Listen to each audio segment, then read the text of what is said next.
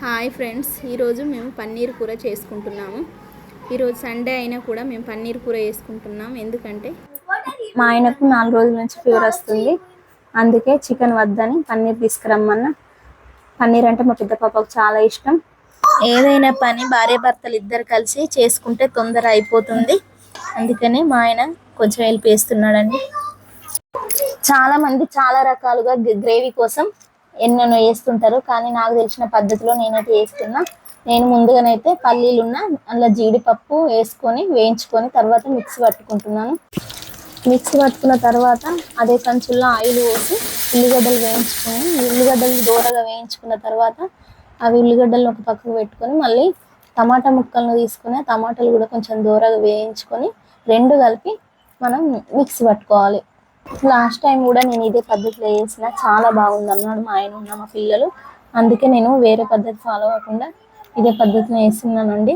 Mixie పట్టుడు అయిపోయిన తర్వాత మా ఆయన కడిగేసిన పీసులు ఉన్నాయి కదండి, ఆ ముక్కలకు నేను కారం, మసాలా, ఉప్పు కలిపి మొత్తం వాటిని స్మాష్ చేసి ఒక పక్కకు పెట్టుకున్నా.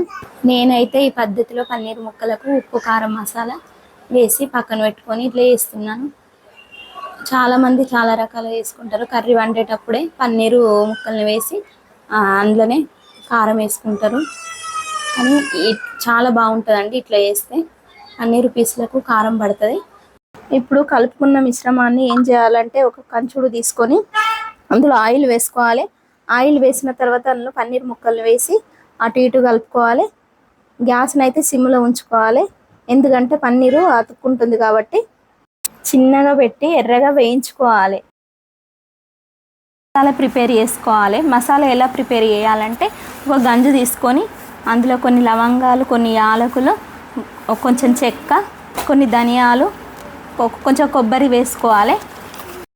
వాటన్నింటిని వేయించుకొని మిక్సీ పట్టుకోవాలి. నేనైతే ఆల్రెడీ ముందు ప్రిపేర్ చేసుకున్నానండి. ఇప్పుడు మళ్ళీ వేరే గంజులో ఆయిల్ పోసుకొని అందులో కొన్ని లవంగాలు, యాలకులు, ఉల్లిగడ్డ వేసి వేయించుకోవాలి. ఉల్లిగడ్డ దూరగా వేగిన తర్వాత అందులో కొంచెం అల్లం వేసుకోవాలి. అల్లం కూడా కొంచెం దూరగా పచ్చివాసన పోయేంత వరకు వేయించుకోవాలి. ఒక 5 మినిట్స్ అట్లా ఇట్లా కలపాలి. తర్వాత అందులో కొంచెం పసుపు వేసి కలపాలి. తర్వాత పసుపు వేసిన తర్వాత పన్నీర్ ముక్కలను మొత్తం వేసి పన్నీర్ ముక్కలను అటు ఇటు కలపాలి. దాన్ని కొంచెం గ్యాస్ని అయితే సిమ్లో పెట్టుకోవాలండి. ఎందుకంటే ఆల్రెడీ పన్నీర్ ముక్కలు వేగినాయి కదా, అందుకే కొంచెం గ్యాస్ సిమ్లో పెట్టుకోవాలి. ఇప్పుడు తర్వాత దానిలో మనం టమాటా ఉన్న ఉల్లిగడ్డ పేస్ట్ ఉన్నది కదండి, అది వేసుకోవాలి. అది వేసుకున్న తర్వాత దాన్ని అటు ఇటు కలుపుకోవాలి. తర్వాత దానిలో కొంచెం కారం వేసుకోవాలి. మనం అప్పుడు వేసుకున్నాం కదా, కానీ కొంచెం కారం ఎక్కువ తినేవాళ్ళు మళ్ళీ కారం వేసుకోవచ్చు. కారం వేసుకున్న తర్వాత దానిలో కొంచెం వాటర్ పోసి దాన్ని కలపాలి. అందులోనే కొంచెం మళ్ళీ తర్వాత మసాలా వేసుకున్న తర్వాత లాస్ట్కి కొత్తిమీర వేసుకొని ఒక 2 మినిట్స్ అట్లా కలుపుకుంటూ ఉండాలి. తర్వాత గ్యాస్ ఆఫ్ చేసుకోవాలి. మా పిల్లలు అయితే ఎప్పుడెప్పుడు అవుతుందా, ఎప్పుడెప్పుడు తిందామని ఎదురు చూస్తున్నారు. ఇప్పుడైతే కర్రీ అయితే అయిపోయిందండి. నేనైతే ఇక మా చిన్న పాపకు, మా పెద్ద పాపకు వేసిన. వాళ్ళని చూడండి ఒక్కసారి, అమ్మ చాలా బాగుంది మమ్మీ, ఎంత టేస్టీగా ఉందో అంటుంది మా చిన్న పాప. ఇక మా పెద్ద పాపకైతే బాగా ఆకలి అవుతుంది. ఏం చెప్పాలో అర్థమవుతలేదు. సూపరే మమ్మీ అని అంటుంది. ఇక మా ఆయన కూడా వేయమన్నాడు. ఆయన కూడా చాలా బాగుంది అని అన్నాడు.